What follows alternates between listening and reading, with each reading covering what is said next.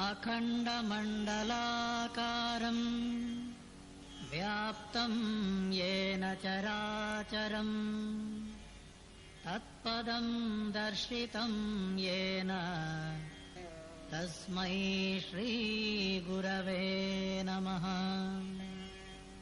तस्मै श्रीगुरवे नमः। अज्ञानतिमिरान्धस्य ज्ञानाञ्जनशलाकया चक्षुरुन्मीलितं येन तस्मै श्रीगुरवे नमः। गुरुर्ब्रह्मा गुरुर्विष्णुः गुरुर्देवो महेश्वरः गुरुरेव परब्रह्मा तस्मै श्रीगुरवे नमः। स्थावरं जङ्गमं व्याप्तं यत्किञ्चित् सचराचरम् तत्पदं दर्शितं येन तस्मै श्रीगुरवे नमः। चिन्मयं व्यापि यत्सर्वं त्रैलोक्यं सचराचरम् तत्पदं दर्शितं येन तस्मै श्रीगुरवे नमः। त्वमेव माता च पिता त्वमेव त्वमेव बन्धुश्च सखा त्वमेव त्वमेव विद्या द्रविणो त्वमेव त्वमेव विद्या द्रविणो त्वमेव त्वमेव सर्वं मम देवदेव त्वमेव सर्वं गुरुदेवदेव। यदक्षरमनाख्येयम् आनन्दमजमव्ययम् श्रीमन्निवृत्तिनाथेति ख्यातं दैवतमाश्रये गुरुरित्याख्यया लोके साक्षाद्विद्या हि शाङ्करी जयत्याज्ञानमस्तस्यै दयार्द्रायै निरन्तरम् सार्धं केन च कस्यार्धम् शिवयो समरूपिणोः ज्ञातुं न शक्यते लग्नम् इति द्वैतच्छलान्मुहुः अद्वैतमात्मनस्तत्त्वम् दर्शयन्तौ मिथस्तराम् तौ वन्दे जगतामाद्यौ तयोस्तत्त्वाभिपत्तये मूलायाग्राय मध्याय मूलमध्याग्रमूर्तये क्षीणाग्रमूलमध्याय पूर्णाय शम्भवे।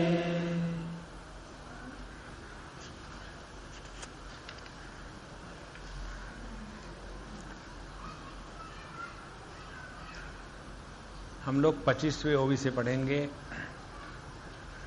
जैसा सूर्य मिरवे प्रभा प्रभे सूर्यची गाभा देवी भेद गिरित शोभा एकी तजे का बिंब प्रतिबिंबा द्योतक प्रतिबिंब बिंबा अनुमापक तैसे द्वैतमिसे जेक बरवतसे सर्वशून्याचा निष्कर्षु तो जिया बाईला केला पुरुषु जेणे दादुलेन सत्ता विशेषु शक्ती झाली जिये प्राणेश्वरी वीणा शिवीः शिवपण थारो न शकेते आपण शिवे घडिली ऐश्वर्येसी ईश्वरा जियेचे आंग संसारा आपलाही उभारा आपण चीजे पतीचे नि अरूपपणे लाजोनी अंगाचे मिरवणे केले जगाये वढे लेणे नामरूपाचे जेथे ऐक्याचा दुकाळा तेथे बहुपणाचा सोहळा जिये सदैवेचिया लीळा दाखविला अंगाचिया आटणिया कांत उवाया आणिला जिया स्वसंकोचे प्रिया रूढविली जेणे। ये संपूर्ण सृष्टि को देखने की एकमात्र संदेह रहित दृष्टि यदि कोई है तो जिये सदैवेचिया लीला दाखविला, जिसने यह संपूर्ण सृष्टि अपनी लीला है इस प्रकार से दिखाने के लिए ये सब प्रपंच प्रारंभ किया है। जेथे ऐक्याचा दुकाळा, जहां एक कहना भी गलत है और इसीलिए श्रुति माता एकम एव अद्वितीयम इस प्रकार से एक को भी फिर आगे कहती है, वह एक कि जिसके बाद दूसरा नहीं आता। एकम एव एक ही, तो इतना कहने से पूरा नहीं हुआ, नहीं। सो एकम एव अद्वितीयम, वह एक कि जिसके बाद दूसरे का नामो निशान नहीं। ऐसा जो एक है कि जहां एक कहना भी गलत हो जाता है तेथे बहुपणाचा सोहळा, वहां अनेकता की सुंदरता आ गई। और ये सब कैसा हो रहा है? एक से अनेक होने के लिए कोई कष्ट है, कोई परेशानी है। एक अच्छा खासा ब्रह्मचारी सुखी है, सोचता है कि अकेले रह करके क्या करेंगे, उसके बाद उसके जीवन की परेशानी प्रारंभ। संसार का बीज वहीं से बो गया। एको हम, तो दुखी अहम, what a life without wife, and thereafter I want to become many. और ये सब करते करते इतनी परेशानी, तो यहां जो एक है अनेकता को प्राप्त हुआ है, तो एक से अनेकता को प्राप्त होने में कोई कष्ट पड़े क्या? जरा देखो जरा इस प्रकार से, एक से अनेकता को निर्माण करने में कष्ट तब होते हैं कि जिसको निर्माण किया उससे हम अलग हो गए, तब कष्ट होते हैं। जो निर्मित हुआ और जिसने निर्माण किया, यह निर्मित हुआ निर्माण करने वाले से जब भिन्न नहीं रहता तब उसमें कष्ट नहीं होते। जैसे समुद्र के ऊपर में लहरें आती है, तो ऐसे थोड़ी है कि अब फिर पूर्णमासी आ रही है, अब फिर लहरों को तैयार करना पड़ेगा। नहीं, यह तो स्वभाव है। स्वभाव माने वह जिसमें किसी भी प्रकार का प्रयत्न नहीं है, प्रयत्न राहित्य को स्वभाव कहते हैं। तो जिये सदैवेची लीला दाखविला, जिस परमात्मा तत्व में जहां एक कहना भी गुनाह है, वहां अनेकता को केवल लीला में माने खेल खेल में दिखा दिया। ऐसा यह शिव शक्ति का संसार चल रहा है। और अंगाचिया आटनिया कांत उवाया आनिला जीवा, पत्नी और पति इन दोनों का जो रिश्ता है, भगवान ज्ञानेश्वर महाराज बताते हैं कि ये पत्नी ऐसी है कि जिसने अपने शरीर पर ऐसे ऐसे गहने पहना के रखे हैं, ऐसा सुंदर मेकअप किया है कि जिसके द्वारा अपने पति की शान बनी रहे। देखो, जब पत्नी बहुत सारे गहने पहन के जाती है और अच्छी खासी दिखने को होती है और उसके कपड़े भी बड़े महंगे होते हैं, सेल में लिए नहीं होते, तो उससे क्या दिख पड़ता है कि भैया इस पत्नी का पति अपने पत्नी की कदर करता है, इसीलिए चद्दर नहीं उड़वाता, बढ़िया बढ़िया कपड़े पहनवाता है और अच्छे से अलंकार ले आता है। इसी प्रकार से आंगाचिया आटनिया कांत उवाया आनी लाजिया स्वसंकोची प्रिया रुडविली जेणे। यदि एक प्रकार से पत्नी अपने पति का श्रेष्ठत्व प्रतिपादित करने के लिए ऐसे समाज में प्रस्तुत होती है कि लोग कहे कि देखो पत्नी ऐसी होती है भाग्यवान कि जिसका पति उसको हमेशा हर चीज देता है, तो पत्नी के द्वारा पति की श्रेष्ठता इस प्रकृति ने जगत में विस्तार के द्वारा दिखा दी। और पति महाराज ने क्या किया? पति महाराज ने ये किया कि अपने पति की श्रेष्ठता सामने लाने के लिए वो छिपके बैठे, है ना। भगवान तो छुप गया है नाम रूप के पीछे, और इस प्रकार से स्वसंकोचे अपने आप को तिरोहित करके, अपने आप को छुपा करके, संकोच के द्वारा स्वसंकोचे प्रिया रुडविली जेणे, जिसने इस द्वैत सृष्टि को प्राधान्य दे दिया। इस प्रकार से इन दोनों का, शिव शक्ति का यह संसार अनादिकाल से चल रहा है। अब देखो, यदि इस दृष्टि को अपने ध्यान के लिए प्रयोग करना है तो कैसे प्रयोग करें? पहली बात, शिव शक्ति का ये जो संबंध है इसमें अद्वैत प्रेम की अभिव्यक्ति है। जहां अद्वैत प्रेम की अभिव्यक्ति होती है वहां क्या, क्यों, कब, कहां, किस लिए, ये सब क्यों वाले प्रश्न खत्म हो जाते हैं ना। हर चीज को लेकर के जब हम क्यों कहते हैं ना, ये ऐसा क्यों है, वो वैसा क्यों है, अब सब क्यों को इकट्ठा लेकर के इकट्ठा कहो तो जीवन में क्यों क्यों क्यों क्यों जो शुरू हो जाएगा उसका कोई अंत नहीं है। यदि हम अपने जीवन के प्रत्येक अनुभव में या तो शक्ति को देखें या तो शिव को देखें, तो यदि हम शक्ति को पकड़ेंगे तो शिव जी के पास पहुंचेंगे, और यदि शिव जी को पकड़ेंगे तो शक्ति हमारी सहायता करेगी। और यही बात इसमें कहते हैं, आंगाचिया आटनिया कांत उवाया आनिलाजिया स्वसंकोची प्रिया रुडविली जेणे। इस प्रकार से हमारे जो जगत के व्यापार व्यवहार है, उस जगत के व्यापार व्यवहार में प्रभु की लीला समझ करके उसके साथ हो जावे। तो कोई भी लीला या कोई भी नाटक अच्छा चल रहा हो या अच्छा करना हो, और डायरेक्टर ने बताया कि भाई तुमको ये काम करना है, तो क्या करना पड़ेगा?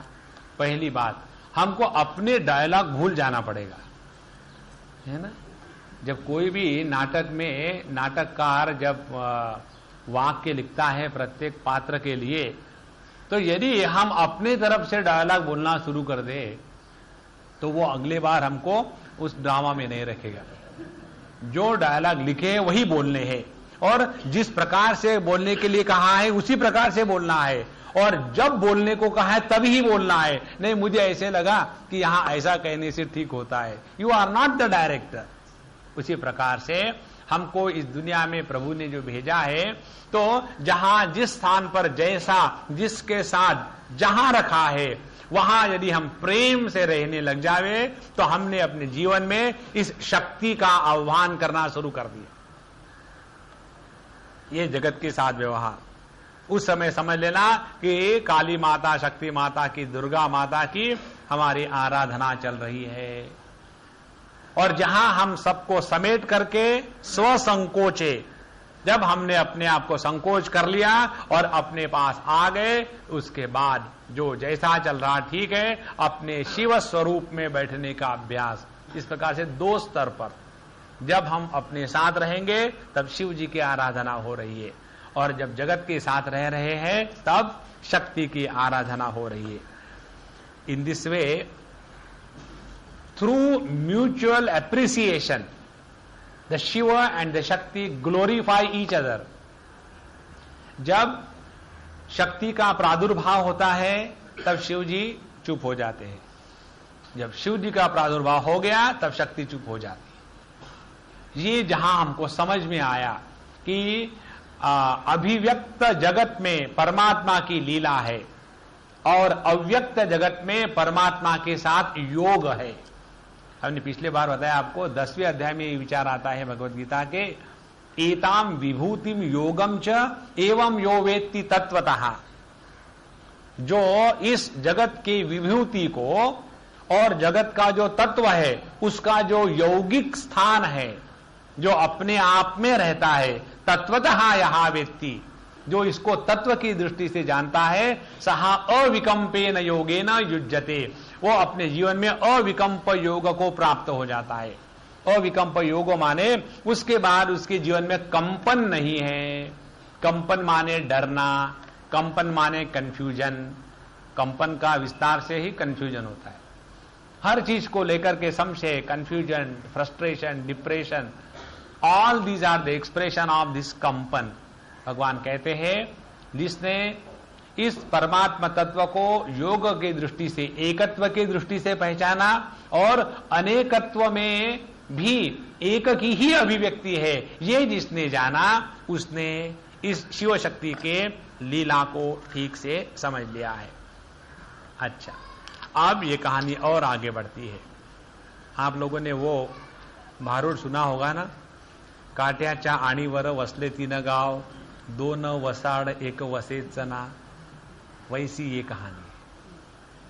फिर जियेते पहावयाची आ लोभा, चढ़े द्रष्टुत्वाची आ क्षोभा, जियेते देखत उभा आंगची सांडे।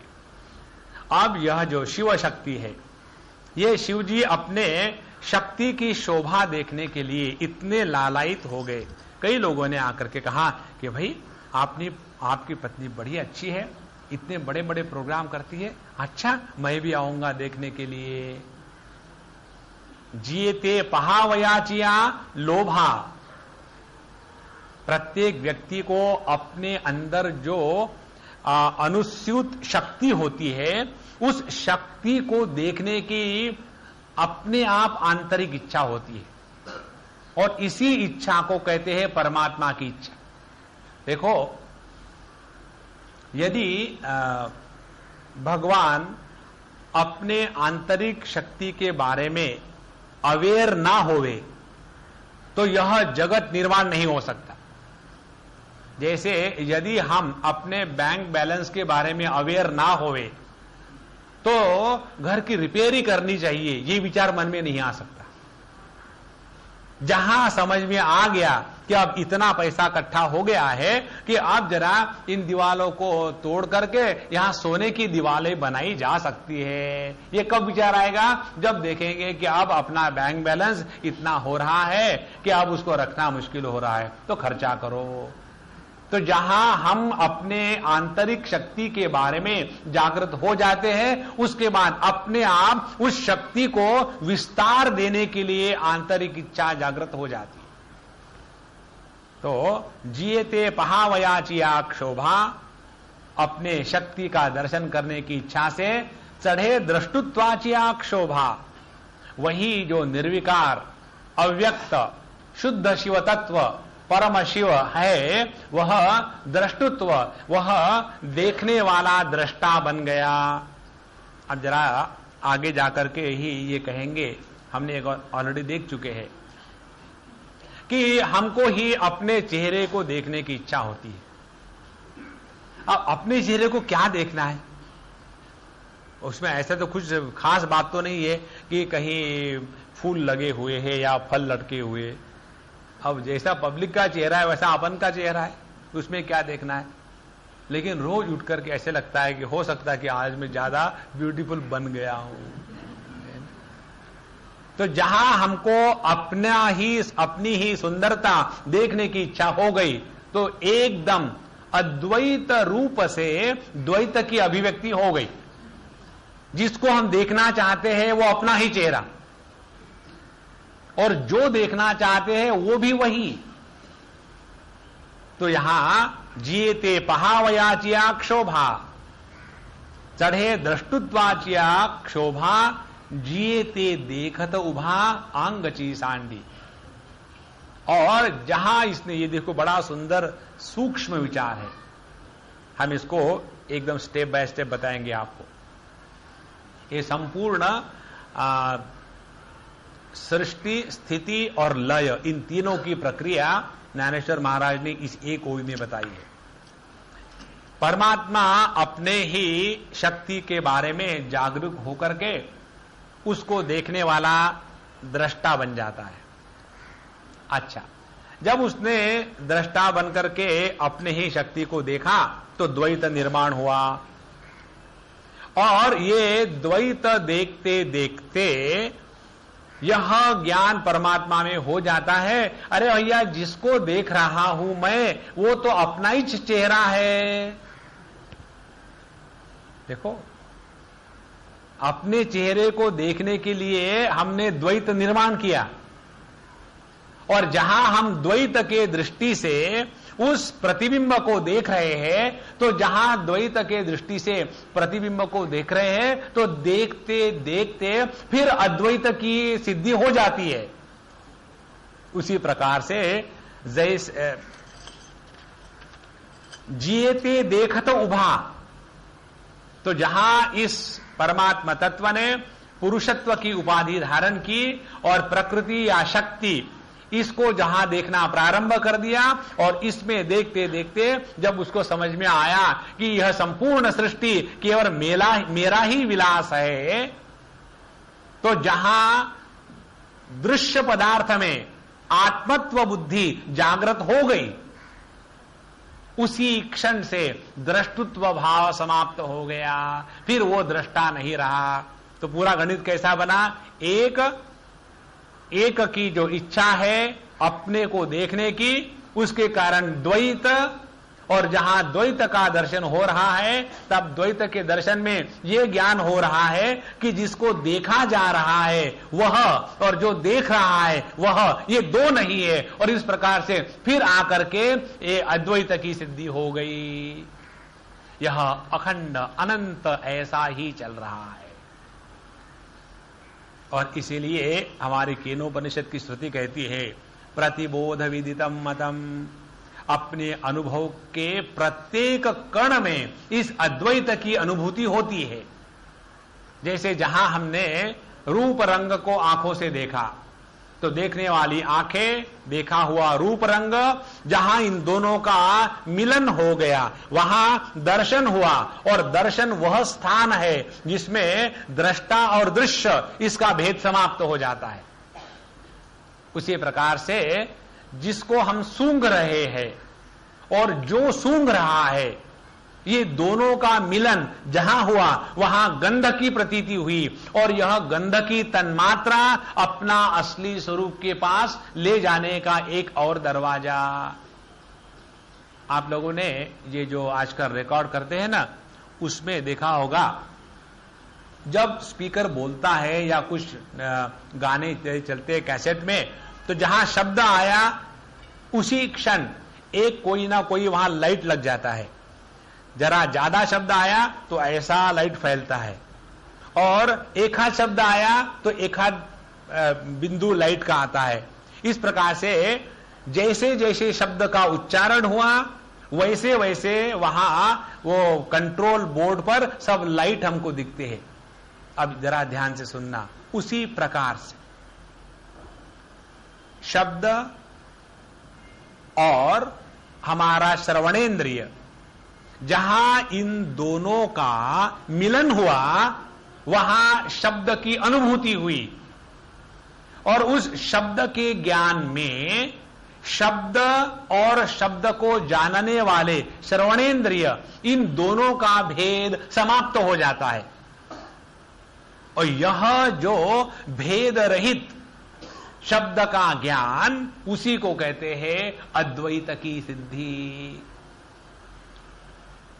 इसको अनेक प्रकार से जितना सूक्ष्म विचार करेंगे, जैसे एक प्रक्रिया ये भी बताते हैं संत लोग, हम यदि शब्दों को सुनते सुनते पहले ये समझ लें कि जैसे एनोड और कैथोड दो प्रकार के वायर इकट्ठे आने के बाद जैसे इकट्ठे हुए एकदम स्पार्क हो गया, वैसे दोनों में पोटेंशियलिटी है।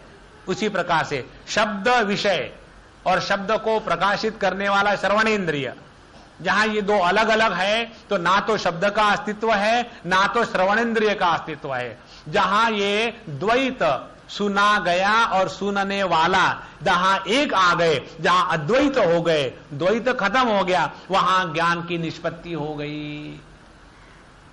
इस प्रकार से जिएते पहावयाचिया लोभा, चढ़े दृष्टुत्वाचिया क्षोभा, अपने ही स्वरूप का दर्शन करने के लिए द्वैत स्वीकार किया, और जहां द्वैत का दर्शन करना शुरू किया और फिर उसमें अद्वैत की सिद्धि हो गई। जितना इसके ऊपर सूक्ष्मता से विचार होगा उतना देखो हम ऐसे स्थान पर पहुंच जाते हैं कि यद गत्वा न निवर्तन्ते तद्धाम परमं मम। अब इसको दूसरे प्रकार से बताएंगे हम आपको। जैसे हम शब्दों को सुनते हैं तो हमारा निवास अपने श्रवणेन्द्रिय में होता है। जब हम रूप रंग को देखते हैं तब हमारा तादात्म्य हमारे आंखों से होता है। अब यदि एक उदाहरण के लिए कानों में बैठेंगे तो शब्द को सुनेंगे, तो अब यदि हम शांति को, साइलेंस को सुनने का प्रयत्न करें, ट्राई, जितना हम शांति को, शब्द के अभाव को सुनने का प्रयत्न करेंगे उतना हम अपने श्रवणेन्द्रिय से अपने आप डिसजॉइंट हो जाएंगे। Disidentification with the hearing faculty will take place instantaneously the moment you start listening to silence. और जहां हमने एक इंद्रिय का त्याग कर दिया, हम आके बैठे अपने मन पर। जहां मन पर आके बैठे तो मन में भी फिर दो प्रकार की बातें आ जाती है, विचारों का होना न होना और इन विचारों के द्वारा प्रभावित होना न होना। तो विचारों के होने न होने से यदि हम प्रभावित होते हैं तो अहम इदम, ये वृत्तियों का भेद निर्माण हो गया। और यदि किसी भी प्रकार के विचारों के द्वारा हम पर कोई भी प्रभाव नहीं पड़ता तो यह विचारों की वृत्तियों में अहम इदम का भेद नहीं निर्माण होता। वह विचार जिसमें अहम इदम का भेद समाप्त हो गया है उसको शास्त्र की भाषा में कहते हैं स्फुरणा, knowledge without the knower. Like all our cells in the body function perfectly well. The kidney cells don't start secreting bile, isn't it? वो अपना काम कर रही है, लेकिन उनमें ये भाव नहीं है कि मैं यूरिन फिल्टर कर रही हूं या मैं बाइल सिक्रेट कर रही हूं। तो वह ज्ञान जिसमें मैं पने का उदय नहीं हुआ, माने वह विचार जिसमें अहम इदम का भेद नहीं है, इस अहम इदम के भेद रहित मन को ही शुद्ध चैतन्य कहते हैं। ये हो गई इसकी बात। जिएते पहावयाचिया लोभा, चढ़े दृष्टुत्वाचिया क्षोभा, जिएते देखत उभा, जिसको देख रहा है खड़ा होकर के लेकिन उसके साथ तादात्म्य नहीं हो रहा है। उभा, स्टैंड अपार्ट। और जहां उसने इस शक्ति के साथ तादात्म्य छोड़ दिया तो मैं शिव और वह शक्ति, मैं देखने वाला और वह देखा गया, यह द्वैत वहीं के वहीं समाप्त हो जाता है। अब ऐसा ये जो शिव शक्ति का संसार चल रहा है उसमें आगे बताते हैं, कांते चिया भिड़ा आवरला होय जगाये भड़ा आंगवला उघड़ा जिए भी न। कांते चिया भिड़ा, अपने पत्नी के प्रभाव में आकर के, फॉर्मेलिटीज में उसने बेचारे ने इतना प्रेम से सब बना दिया है, अब नहीं खाएंगे तो अच्छा नहीं लगता, भूख नहीं है फिर भी थोड़ा मुंह झूठा कर ही लेते। इसको कहते भीड़ से कुछ करना। भीड़ माने भीड़ भाड़ नहीं, आउट ऑफ फॉर्मेलिटी। जब किसी ने अपने लिए इतना कुछ किया हो और हम कहेंगे नहीं।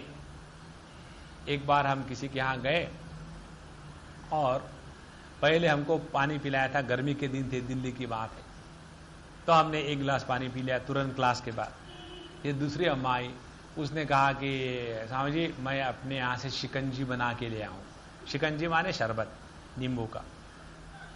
तो ठीक है भाई, उसने पिला दिया।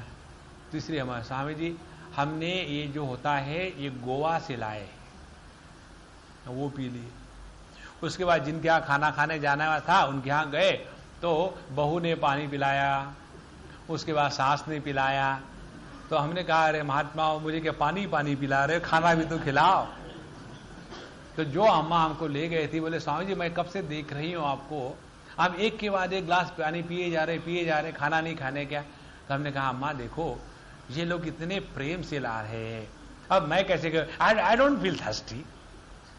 जब कोई अपने लिए प्रेम से कुछ कह रहा हो तो अपने भूख या प्यास का सवाल आता कहां है। ये तो छोटी मोटी बात हो गई। जहां अद्वैत प्रेम की सिद्धि हो वहां शिवजी कांति चिया भिड़ा आवरला हो या जगा ये वड़ा।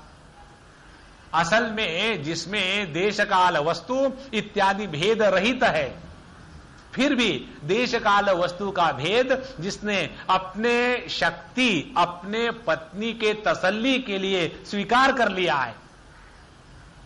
कांति चिया भिड़ा आवरला हो या जगा ये वड़ा।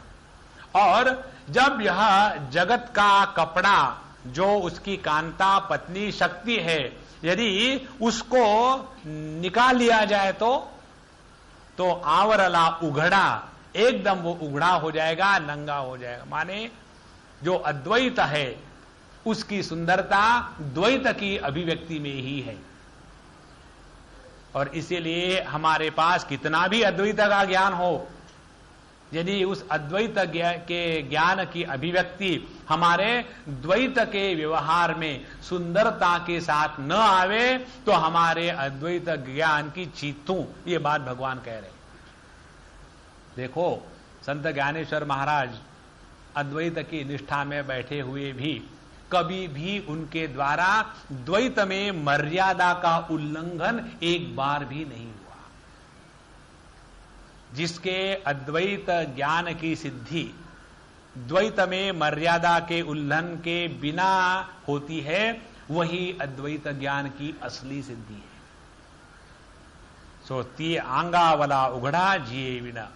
इस प्रकार से यह संपूर्ण सृष्टि को देख करके उसका जो अधिष्ठान है, उस अधिष्ठान की हमको याद आती है। और जहां हमने इस अधिष्ठान को देखा तब पता चल जाता है कि यह अधिष्ठान मात्र सत्य है और इसके ऊपर में जो संपूर्ण जगत है, यह जगत अधिष्ठान की ही अभिव्यक्ति है, उससे अलग नहीं। हा जो ठाववेरी मंद रूपे उवालिये पणे हारपे जो जाला जे चेनी पड़पे विश्वरूप। तो यह जो परमात्मा तत्व है शिव मंद रूपे, मंद रूपे माने अनमैनिफेस्ट। मंद माने वह जो कुछ करता नहीं हो, है ना। जैसे किसी लड़कियों का नाम होता है मंदा, क्यों कुछ करते ही नहीं, इसीलिए बचपन से ही नाम दे दिया मंदा। Not intelligent. यहां कोई होगा तो उसको छोड़ करके तो मेरी मुश्किल हो जाएगी। मंद माने जिसमें किसी क्रिया का होना संभव नहीं है, निष्कल निष्क्रिय, वह जो है मंद शुद्ध परमात्मा तत्व जो हा ठाववेरी मंद रूपे, तो यह जो परमात्मा अपने आप में निष्क्रिय निश्चल इत्यादि है, उवालिये पणे हरपे जो झाला जिये जे नी पड़पे विश्वरूप। अच्छा, यह जो परमात्मा तत्व अपने आप में अद्वैत होते हुए भी इस शक्ति का सहारा लेके उवालिये पणे हरपे, माने वह मानो छिप गया हो। कहां छिप गया हो? जिये चेनी पड़पे विश्वरूप जाला। इतनी प्लूरैलिटी, इतना अनेकता का भाव निर्माण हो गया कि इस अनेकता के भाव में एक को ही हमने खो दिया है।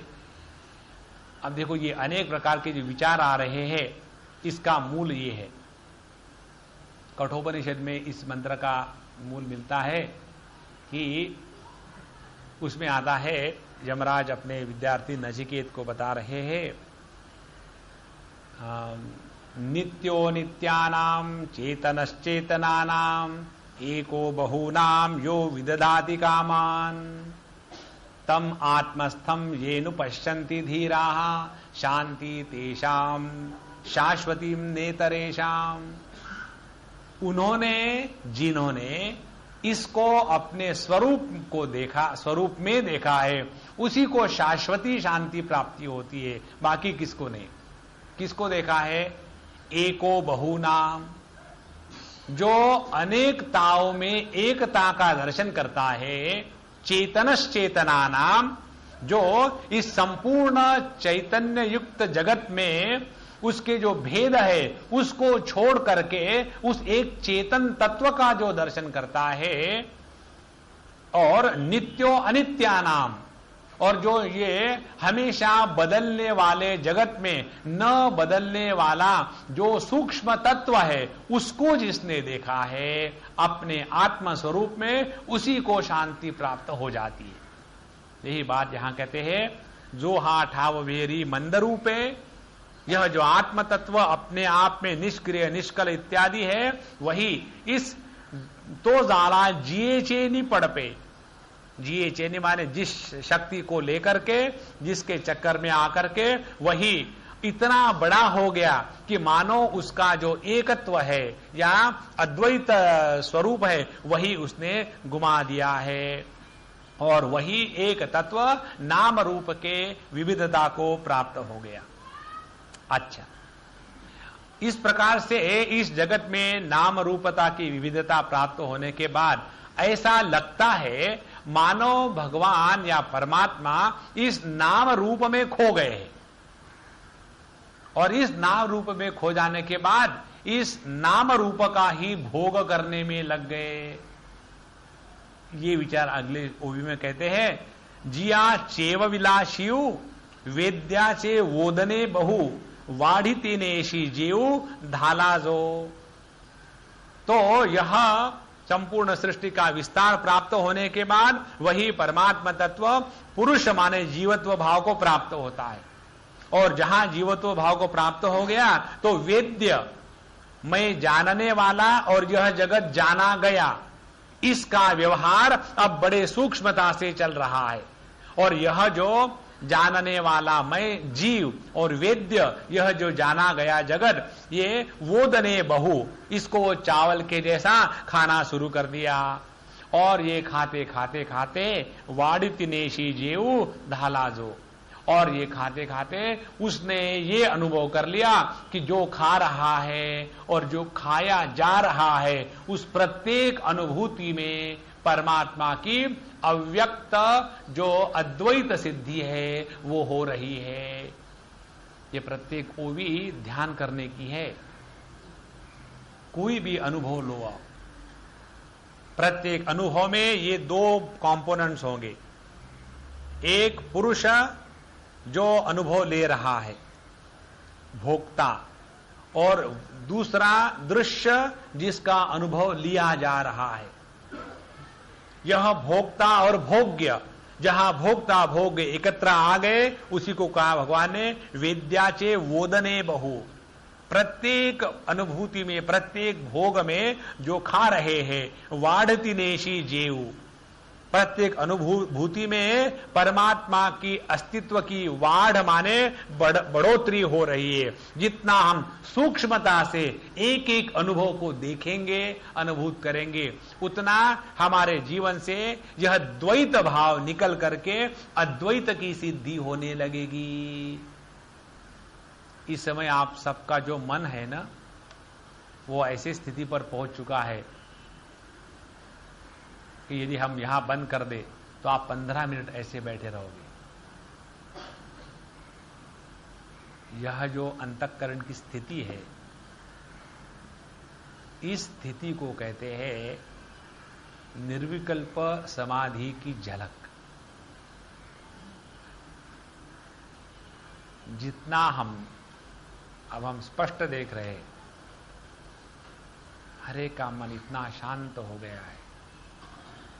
जितने भी विकल्प विक्षेप, ये करना है, वो करना है, ये प्राप्त हो, वो प्राप्त हो, ये सब के सब शांत हो गए। यदि हम कुछ जोग भी करेंगे, अभी हंसना नहीं होगा।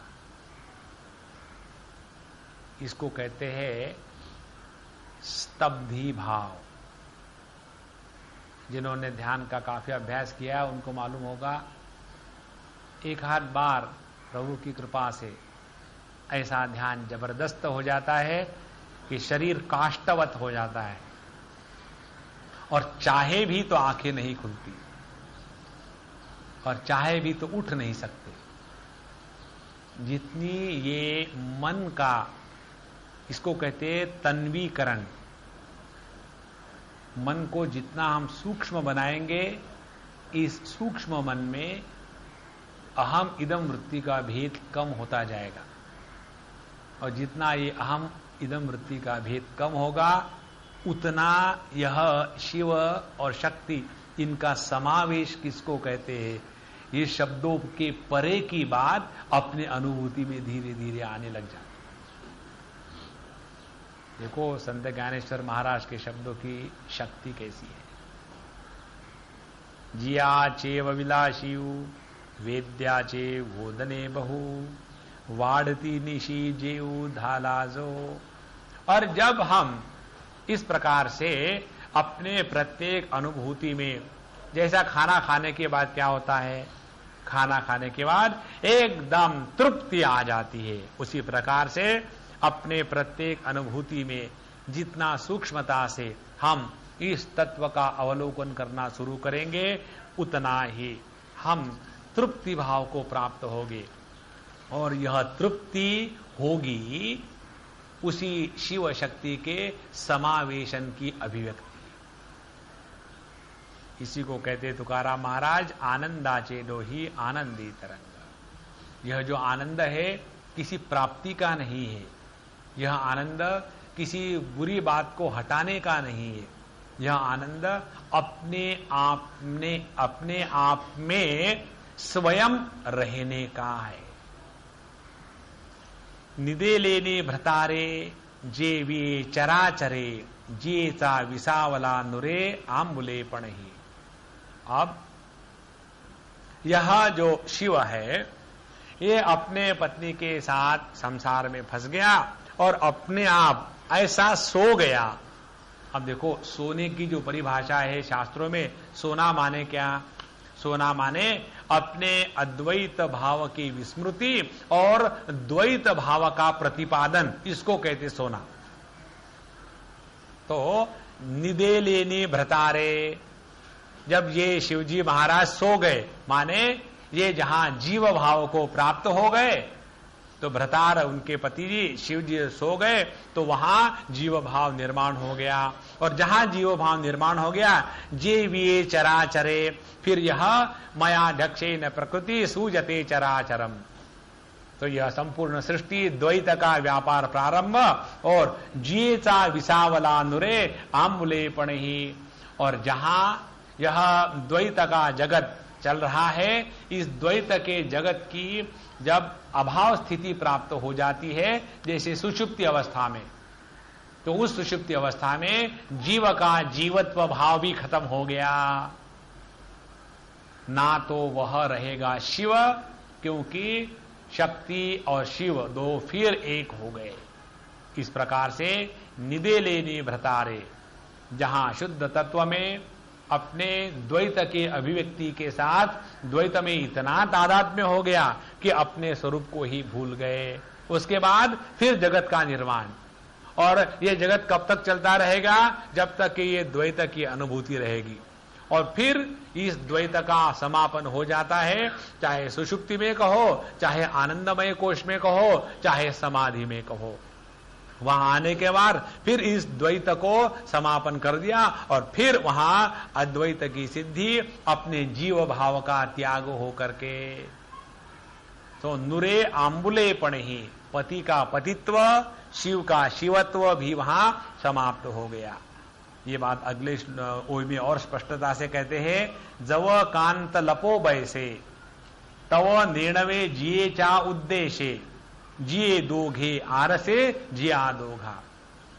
और ये दोनों का ये हाइड एंड सीक गेम कब से चल रहा है? कैसे? जव कांत लपो बैसे, जब प्रकृति भाव, जब द्वैत भाव प्रबल हो जाता है तो उसमें अद्वैत तत्व माने छुप गया हो। जब कांत लपो बैसे तव निर्णवे जिये चा उद्देश्य, और उस समय केवल यह शक्ति का ही प्रादुर्भाव हो रहा है। और जब यह शिव भाव का प्रादुर्भाव हो जाता है तब द्वैत का फिर वहां हानि हो गई।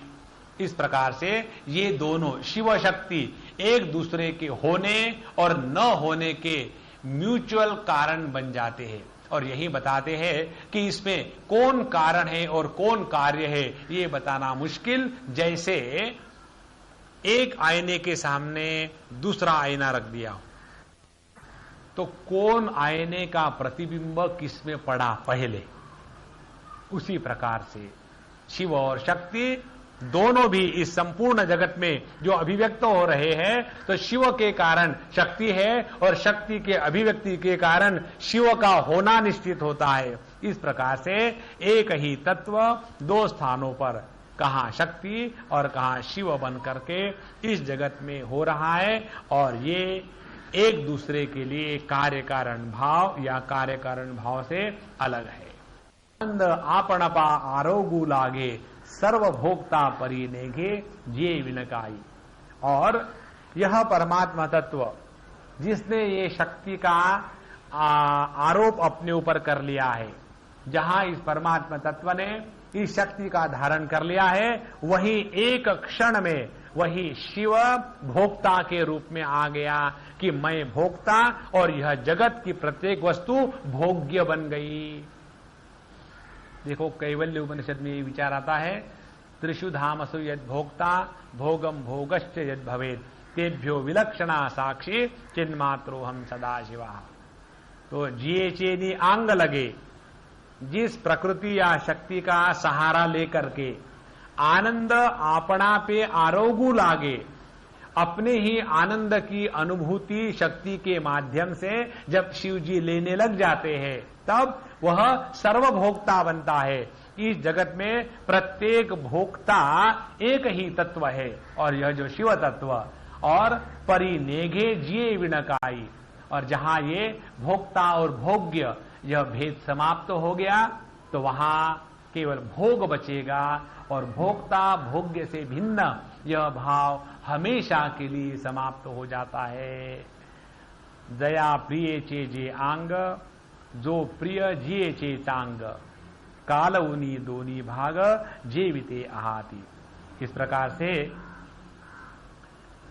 शिव जी जो है वो शक्ति का अधिष्ठान बन करके रहते हैं और शक्ति जो है यह शिव जी का अलंकार बन करके रहती है। तो यह अधिष्ठान और अलंकार आगे जाकर के बड़ा सुंदर विचार कहेंगे कि ये ऐसा जो दोनों का अस्तित्व है कि शिव जी बन गए अधिष्ठान और शक्ति यह संपूर्ण जगत की अभिव्यक्ति बन गया उनका अलंकार। यह जो अधिष्ठान और अलंकार का अभेद रूप भेद है, यही इस संपूर्ण जगत की स्थिति है। जहां हमने इस संपूर्ण जगत के अधिष्ठान के रूप में अपने आप को स्वीकार कर लिया, तो यह जगत हमारा ही अलंकार बन जाता है। जहां हमने अपने बच्चों को अपना स्वीकार किया, तो हम बन गए अपने बच्चों के अधिष्ठान, और हमारे बच्चे बन जाते हैं हमारे ही अलंकार। और इसीलिए जब हमारे बच्चों का कुछ अच्छा बुरा होता है तो उसके लेकर के हमको भी उसी प्रकार की भावना, यही बात इसमें आती है सार्वत्म्य भाव में, जिसमें द्वैत के अभिव्यक्ति में अद्वैत की हानि कभी नहीं होती। यह अद्वैत हानि रहित द्वैतानुभूति को कहते हैं संत ज्ञानेश्वर की अद्वैत सिद्धि। जितनी हम इस सिद्धि में बैठे रहेंगे, इस जगत में ना तो किसी का त्याग करना है, ना तो कुछ मिथ्या है, ना तो कुछ इल्यूजन है। Everything is either the substratum or the glory of the substratum as the expansion of the same substratum in the form of limited existence. Jaya प्रिया चे जी आंग, जो प्रिय जिये चे चांग, कालउनी दोनी भाग। और ये दो भाग जो है, एक तो अधिष्ठान और दूसरा अलंकार, जैसे सोना और सुवर्ण का अलंकार, ये दोनों इकट्ठा रहकर ही उस सुवर्ण के अलंकार की सुंदरता है। यदि सुवर्ण को एकदम बिस्किट के जैसा रख करके रख दिया जाए, पेपर वेट के जैसा, या उसी सुवर्ण को बढ़िया अलंकार बना करके पहना जाए, तो दोनों में किस सुवर्ण की महिमा ज्यादा है? वह सुवर्ण की जो बिस्किट के रूप में नहीं, जो अलंकार के रूप में अभिव्यक्त हो रहा है। उसी प्रकार से वह परमात्मा तत्व अद्वैत अद्वैत करके उसको पेपर वेट के जैसा रख दिए। हमारे ज्ञानेश्वर महाराज करते ऐसी बात नहीं है। वह अद्वैत तत्व अद्वैत रहते हुए भी द्वैत जैसी अभिव्यक्ति करता हुआ उसमें सुंदरता ले आता है। जैसे सागर की सुंदरता उसके लहरों के साथ जितनी है, उतनी बिना लहर का सागर उतना सुंदर नहीं दिखता। उसी प्रकार से यह संपूर्ण जगत जो परमात्मा के शक्ति का विलास होते हुए भी परमात्मा के अद्वैत रूप में जहां हानि नहीं है, इसी प्रकार से यह शिव शक्ति का विलास इस जगत में नित्य चल रहा है। अब ये जो संपूर्णता को लेकर के विचार है, उसी को अपने जीवन में उतारे। हम बचपन से देखें अपने जीवन में, तो प्रत्येक व्यक्ति को एक अनुभव होगा कि हम कहीं नहीं बदले, और इसीलिए व्यक्ति को अपने बूढ़ा होने में और उसको स्वीकार करने में कठिनाई पड़ती है। क्योंकि हम बढ़े हैं ये अनुभूति नहीं हो सकती, क्योंकि हम बढ़ते नहीं, हम ज्यों के त्यों रहते हैं। और इसीलिए जब कोई कहता है कि aunty what is the time, फिर वो आंटी को गुस्सा आता है। You call me by any name, don't call aunty, because I don't grow. यह जो हमेशा वैसा ही रहने वाला है, और जो हमारा प्रत्येक का अनुभव है, ये हमारा अधिष्ठान रूप है और यही असलियत है। अब इसके साथ रहते हुए, और यह हमारा जो स्थूल शरीर, सूक्ष्म शरीर और उसकी जो अभिव्यक्ति है, ये क्या है? ये उसी अधिष्ठान की अभिव्यक्ति है। यदि हमने अपने आप को अधिष्ठान रूप में योग्य प्रकार से स्वीकार किया है कि हम सत स्वरूप है, चित स्वरूप है, आनंद स्वरूप है, ये हमारी अधिष्ठान रूप से अनुभूति होगी, तो अभिव्यक्ति क्या होगी?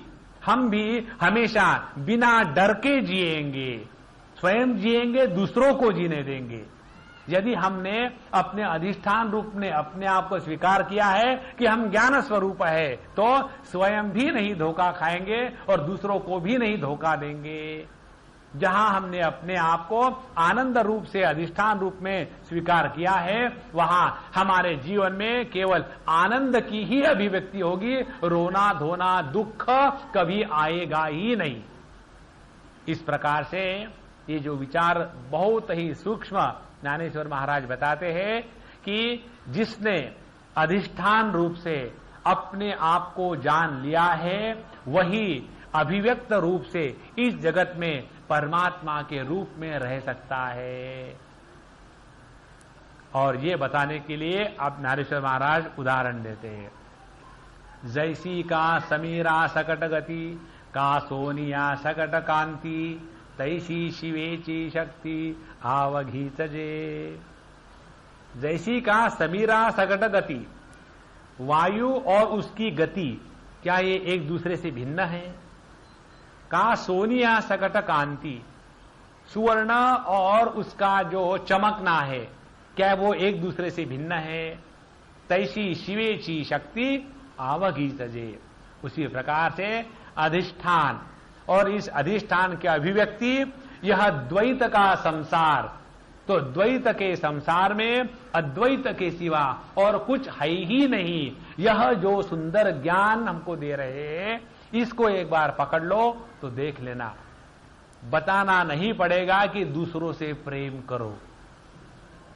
जब बताना पड़ता है ना कि देखो दूसरे से प्रेम करना चाहिए, अरे भक्तों, जब तक दूसरा भाव बना रहेगा प्रेम नहीं होता। जहां अद्वैत की अनुभूति होगी वहां अपने आप प्रेम होने लग जाता है। का कस्तूरी सकट परिमळ, उष्मे सकट अनळ, तैसा शक्तिशी केवळ शिवचिदो। का कस्तूरी सकट परिमळ, जैसे कस्तूरी के साथ सुगंध क्या अलग अलग है? उष्मे सकट अनळ, या गर्मी और उष्ण और गर्मी और अग्नि क्या ये दो भिन्न हैं? उसी प्रकार से यह शक्ति और उसका विलास, यह संपूर्ण जगत और उसका अधिष्ठान, यह जो शिव तत्व, क्या ये दो है? माने ये हमेशा एक थे और एक ही रहेंगे। अब यह द्वैत की स्थिति क्या है बताते हैं आगे इसमें। राती आणि दिवो, पातलिया सूर्याचा ठावो, तैसा आपुला साचिवावो जिये दोघा। यह जो रात और दिन का झगड़ा है ये कहां है? जब तक हम सूर्य से अलग है तब तक इसका झगड़ा है। सूर्य के दृष्टि से देखा जाए ना तो रात है, और क्योंकि रात नहीं है वहां दिन का भी चक्कर नहीं है। उसी प्रकार से जब तक के हम सापेक्षता के जगत में व्यवहार कर रहे हैं तब तक के द्वैत में अद्वैत का दर्शन, यह फिलॉसफी जीवन में उतरावे।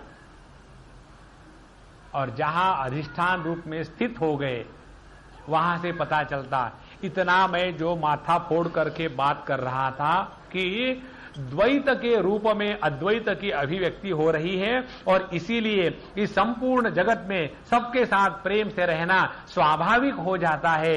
इतना माथा पीछी करने की कोई जरूरत नहीं, क्योंकि अधिष्ठान के दृष्टि से देखा जाए, यह समुद्र के दृष्टि से देखा जाए तो वहां लहरें नाम की कोई चीज समुद्र से भिन्न है ही नहीं।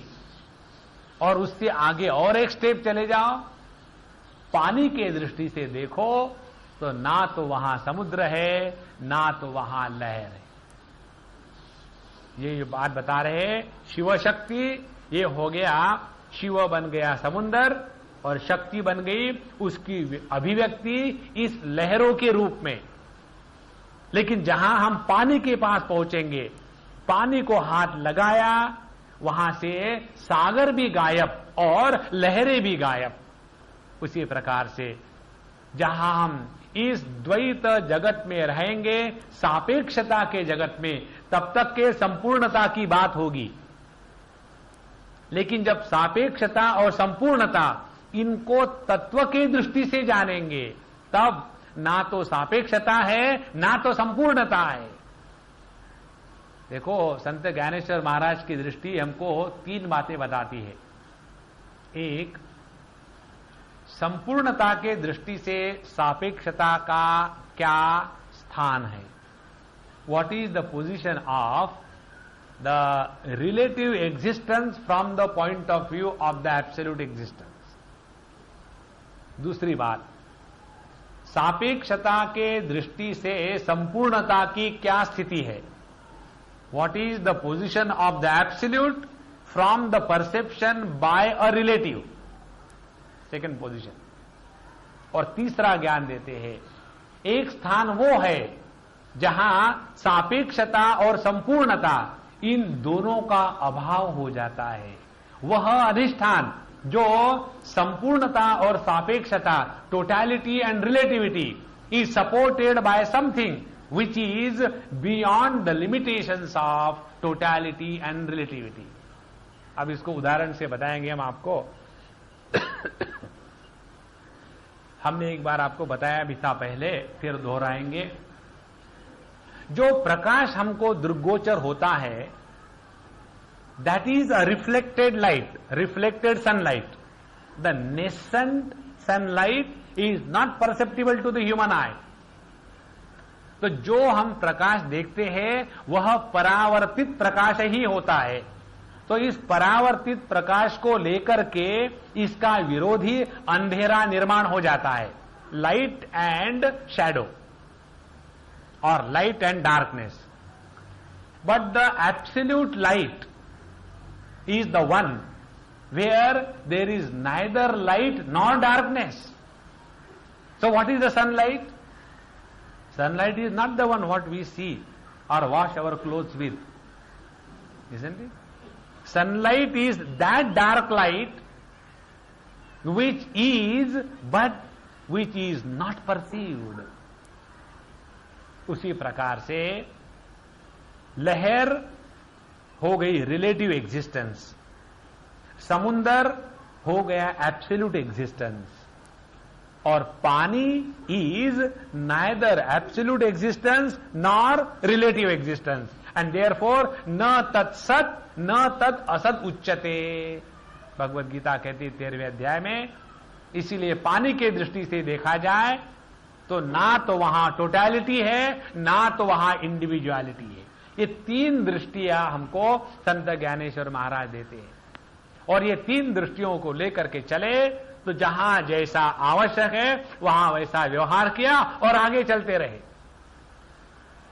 तो राति आनी दिवो, यह जो रिलेटिव एग्जिस्टेंस है, डार्कनेस एंड लाइट, रात्र और दिवस, राति आनी दिवो, पातलिया सूर्याचा ठावो। दोनों ने निश्चय किया कि कई दिनों से हमने सुना है हमारे डैडी का नाम सूर्य है, जरा जाके देखे तो सही, डैडी का दर्शन करे। और दोनों डैडी के दर्शन करने के लिए निकले। पातलिया सूर्याचा ठाओ, तो क्या हुआ, ना रहा दिन ना रही रात। तो तैसा आपुला साची वावो ये दोगे। जैसे सूर्य में रात्रि और दिवस दोनों एक हो जाते हैं, उसी प्रकार से अपने स्वरूप में यह शिव और शक्ति, यह भोक्ता और भोग्य, यह कर्ता और कर्म, यह ज्ञाता और ज्ञान, ये सभी का सभी एकत्व को प्राप्त हो जाता है। तैसी आपुला साची वावो जिए दोगे। अब और एक दो एग्जाम्पल देते। किम बहुनातिये प्रणवाक्षरी विरूढ़तिये दशेची ही वैरिये शिव शक्ति। अब ये जो 44वीं ओवी है यह मांडुक्य को लेकर के है। इसको हम भगवान ज्ञानेश्वर महाराज की दृष्टि से समझेंगे। इस विचार में जो नाथ संप्रदाय का विचार है उसमें तत्व का प्रतिपादन इस प्रकार से होता है। शुद्ध परमात्मा तत्व जो है, जैसा है वैसा ही है, उसके बारे में कोई भी वाच्यता नहीं करी जा सकती। अब इस शुद्ध परमात्मा तत्व पर जब स्फुरणा होती है, स्फुरणा होना माने क्या, स्फुरणा होना माने अंकुरित होने की क्षमता जाहिर होना। जैसे आपने ये देखा होगा कटहल के पेड़, कटहल को क्या कहते हैं आपके भाषा में, फणस। हाँ, तो फणस के जो पेड़ होते हैं उसमें कटहल का फल कहीं भी लगता है ना, बड़ा बेवकूफ दिखता है वो पेड़ ना। नॉर्मली पेड़ कैसे होते हैं कि भाई ऊपर ऊपर में मैंगो लगे होंगे तो सुंदर दिखता है, और ये कटहल का पेड़ खड़ा है और फट से यहां से एक निकल आया। तो उस कटहल के पेड़ में हर स्थान पर ऐसी क्षमता है कि जहां से एक फल निकल आवे। सच्चिदानंद कंदाय जगदंकुर हेतवे सदोदिताय पूर्णाय नमः पूर्णाय शंभवे। वहां भी शंकराचार्य इसी प्रकार को कहते हैं, सच्चिदानंद पूर्णाय जगदंकुर हेतवे। जो सच्चिदानंद पूर्ण तत्व है, जो इस जगत का अंकुर जहां से निर्माण होता है, तो शुद्ध तत्व में अंकुरोन्मुख होने की जो प्रारंभिक अवस्था है उसको कहते हैं स्फुरणा। और इस स्फुरणा को शास्त्रों में कहते हैं कि तत्व का अब प्रणव के रूप से विस्तार शुरू होना शुरू हो गया। और ये विचार हमारे गुरु स्तोत्र में आता है, बिंदु नाद कलातीत तस्मै श्री गुरवे नमः। जो तत्व है वह बिंदु के रूप में रहता है, फिर नाद के रूप में अभिव्यक्त होता है और कला के रूप में विस्तार को प्राप्त होता है।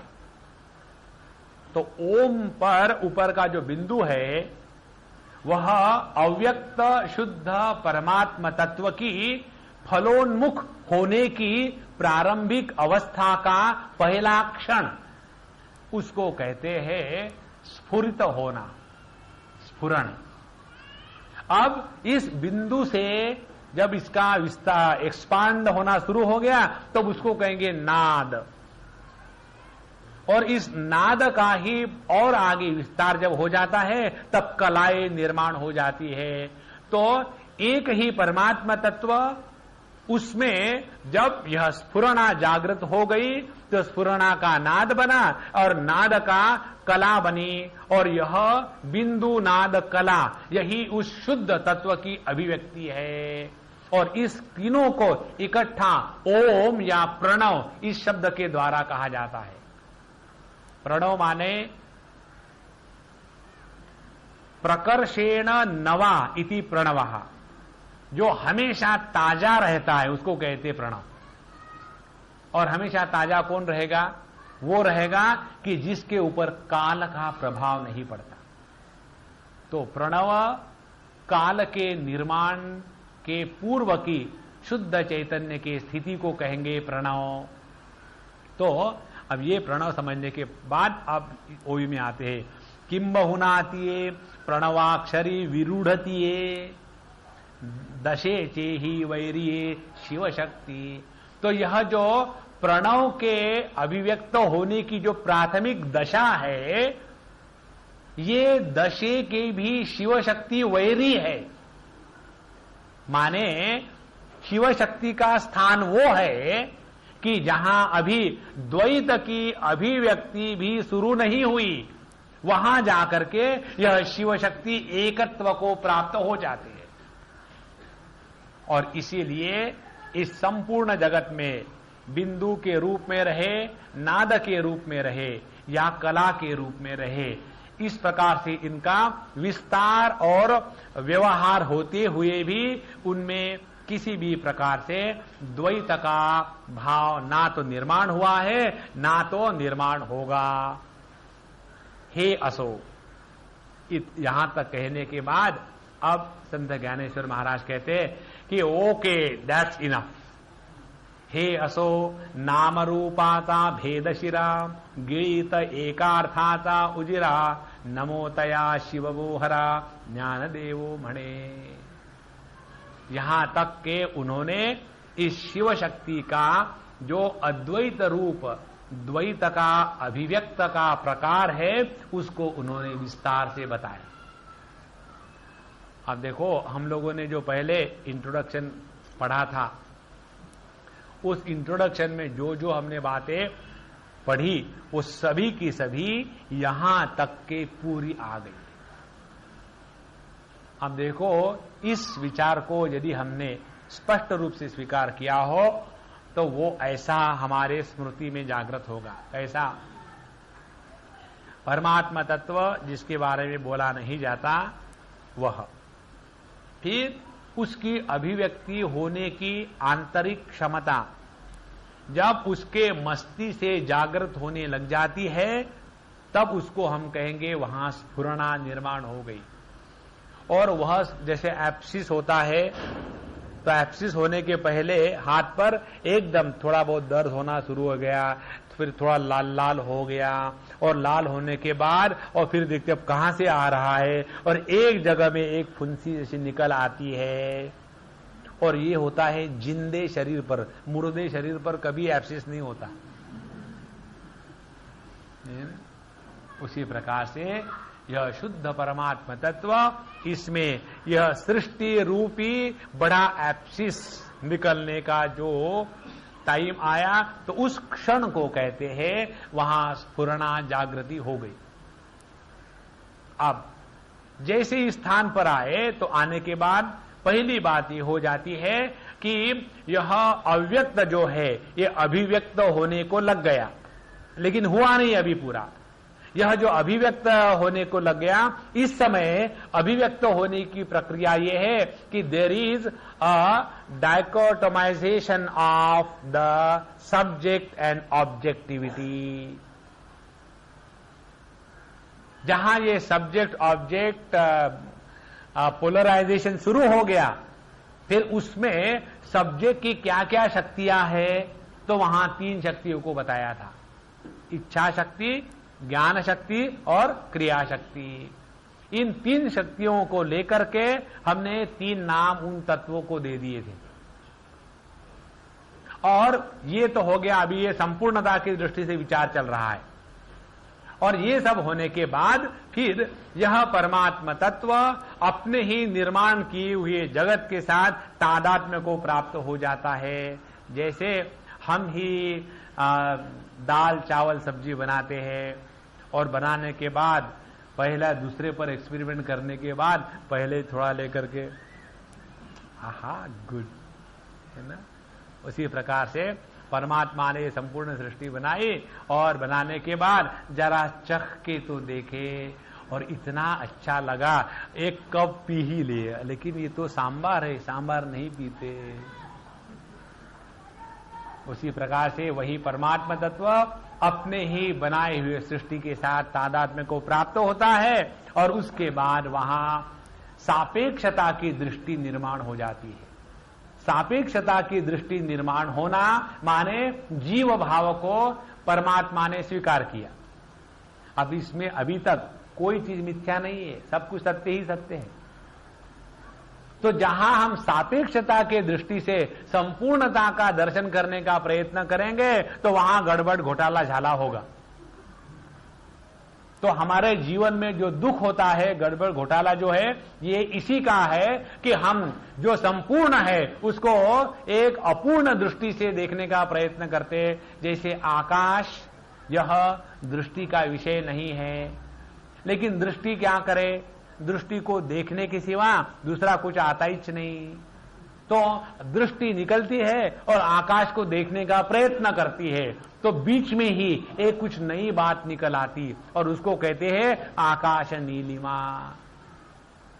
उसी प्रकार से यह संपूर्ण जगत जो अपने आप में पूर्ण है, यदि संपूर्णता का संपूर्णता के दृष्टि से अवलोकन करे, यदि संपूर्णता का संपूर्णता के दृष्टि से ज्ञान प्राप्त होवे, तो अपूर्णता की या परिच्छिन्नता की जो दुख युक्त स्थिति है वो हमारे जीवन में कभी नहीं आएगी।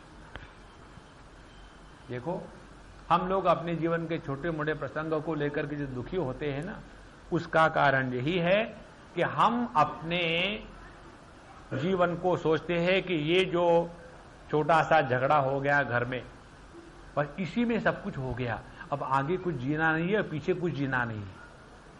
लेकिन हम अपने पूरे जीवन को देखें आज तक के, और जिसमें जो छोटे छोटे झगड़े हुए थे, और उनके तरफ पीछे मुड़ करके देखे, तो अपने आप पर मोहे देखता आवे हासी। उसी प्रकार से परमात्मा इस जगत को देख करके भगवान कृष्ण युद्ध के मैदान में होते हुए भी क्यों हंस सकते थे? क्योंकि उनकी दृष्टि संपूर्णता की थी। उन्होंने अर्जुन को बता दिया था ऑलरेडी, इन सबको मैंने ऑलरेडी मार दिया है, ऑर्डर्स पास हो गए हैं, अब नोबडी कैन सेव, और इसीलिए तुमको फ्री में क्रेडिट मिल रहा है, निमित्त मात्र भव सव्यसाचिन। इसीलिए हंसो और मारो, रो मत। ये वही कह सकता है कि जिसने संपूर्णता की दृष्टि को स्वीकार किया है। जितनी हमारी दृष्टि में से सापेक्षता को हम हटा सकेंगे, उतना ही इस संपूर्णता की दृष्टि में निष्ठावान होंगे। और यहां ये जो निष्ठा प्राप्त होगी, तब ये 45वें ओवी में जो भगवान ज्ञानेश्वर महाराज कहते हैं, हे असो। अब यहां तक होने के बाद नाम रूपाचा भेद शिरा, देखो शिरा माने हलवा। मुझे लगता है बोलते बोलते ज्ञानेश्वर महाराज को भूख लग गई होगी। नाम रूपाचा भेद शिरा, और शिरा ये ऐसा विचित्र पदार्थ है कि उसमें कुछ खास चीज होती नहीं, केवल आटा होता है और चीनी होती है, शिव और शक्ति। तो भेद शिरा, गीत एकार्थाचा। तो हम ऐसा थोड़ी कहते कि हम क्या खा रहे, आटा और चीनी खा रहे, नहीं। हमारे पंजाब में आकर के देखो, आपके यहाँ की जो पूर्णा जी पूरी है, उसको मालूम है क्या कहते हैं पंजाब में? मीठा पराठा। कहां पूर्णा जी पूरी और कहां मीठा पराठा। तो गीत एकार्थाचा उजीरा। तो भले हम कहे कि इसमें चीनी है, इसमें आटा है या रवा है, लेकिन दोनों का अर्थ एक ही है कि हम शिरा खा रहे हैं। तो उसी प्रकार से नमोतया शिव वोहरा ज्ञान देवो मणे, इसी प्रकार से मैं नमस्कार करने वाला और जिसको नमस्कार किया जा रहा है, यह अभेद रूपी वंदन मैं कर रहा हूं। जिसको वंदन किया जा रहा है और जो वंदन कर रहा है, इनमें कभी भी दोपन रहा नहीं और ना रहेगा। तो ऐसे जो द्वैत में अद्वैत रहते हैं, ऐसे शिव शक्ति को हम नमस्कार करते हैं।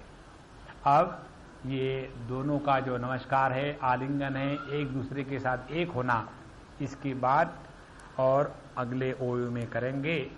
इस प्रकार से इस दृष्टि को हम जितना जागृत बनाएंगे अपने जीवन में, उतना आप देखोगे सभी के सभी भेद झगड़े अपने आप खत्म हो जाते। एक बार हमको एक माता ने पूछा कि स्वामी जी, हम बड़े दुखी हैं, इसका क्या कारण है? तो हमने कहा इसका एक ही कारण है, क्या कि तुम जिंदा हो, जरा कोई कारण। मर जाओ। और कैसा मरना है, ये मरने की कला हमारे संत ज्ञानेश्वर महाराज सिखाते हैं। ऐसे मरो कि मरो ने कीर्ति रूपी उरावे। ये ऐसी मौत है जिसको मरने के बाद मरने का मजा आ जाता है। एक बार व्यक्ति इस चीज को समझ ले कि जब तक के हम अपने अंतःकरण में इस तत्व को स्वीकार ना करें संपूर्णता के दृष्टि से, तब तक के सापेक्षता के चक्कर में फंसे रहेंगे। The only way to get out of the problems of relativity is to understand relatives can never give us absolute joy, nor can they give us the absolute misery, isn't it? So keep the relatives at a relative distance. अपने आप में बैठे रहो। जितना व्यक्ति इसको स्वीकार करेगा, ये जो हमारे घर के छोटे छोटे चीजें होती है ना, त्यांचे हे आले त्यांचे ते गेले। एक दिन हम किसी यहाँ गए थे, सब्जी किसकी बनाई? आल्या गेल्याची। आलं आणि गेला, तो आल्या गेल्याची सब्जी बनाई। इसको सबको छोड़ो, छोटी छोटी बातों को संतो और अपने ज्ञानेश्वर महाराज की दृष्टि है उसमें स्थिर हो जाओ।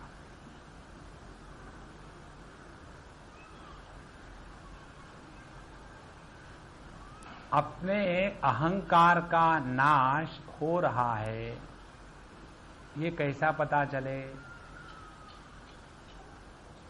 जब हम दुखी होना कम हो जाते हैं, जब हम अपने आप से बोर नहीं होते। जब हम किसी दूसरे के पास जाकर के बैठ करके अपना टाइम पास करना चाहते हैं,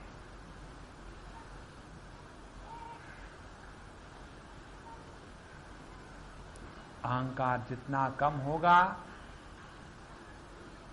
उतना व्यक्ति स्वतंत्र, किसी के होने न होने से कोई प्रभाव नहीं।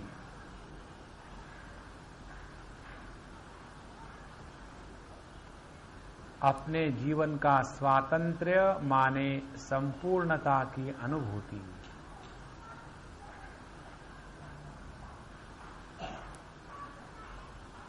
इस संपूर्णता की अनुभूति में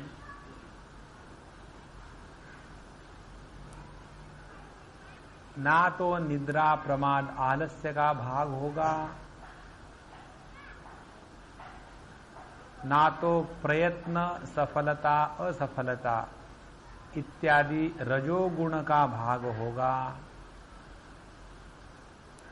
ना तो इस अनुभूति को पकड़ करके रखना, नहीं तो कहीं गुम न जाए, यह सत्व गुण का भाग नहीं होगा।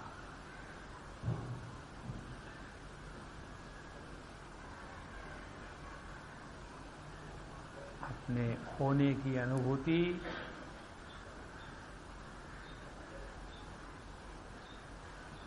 ना तो मानसिक है, ना तो भौतिक है, ना तो बौद्धिक है।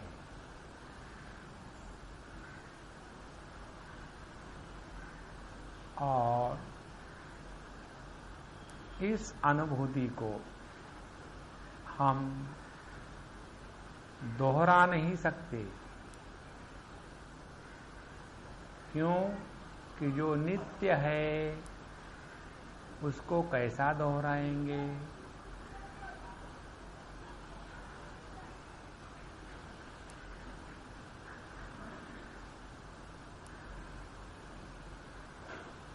ऐसा हफ्ते में दिन दोहराते हैं, लेकिन एक ही महीने में वही महीना नहीं दोहराता, एक ही साल में वही साल नहीं दोहराता। उसी प्रकार से जो मैं नित्य हूं, उस नित्य अनुभूति की स्मृति कैसी बनेगी?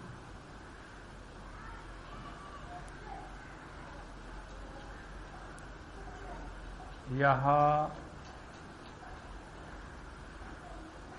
स्मृति रहित ज्ञान,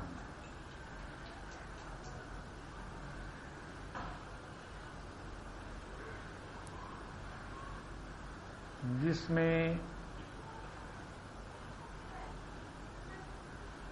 प्रयत्न का संपूर्ण अभाव,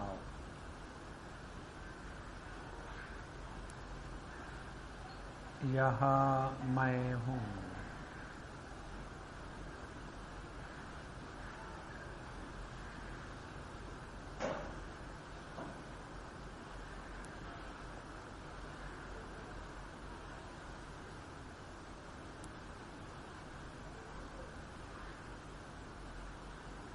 श्री कृष्ण श्री कृष्ण।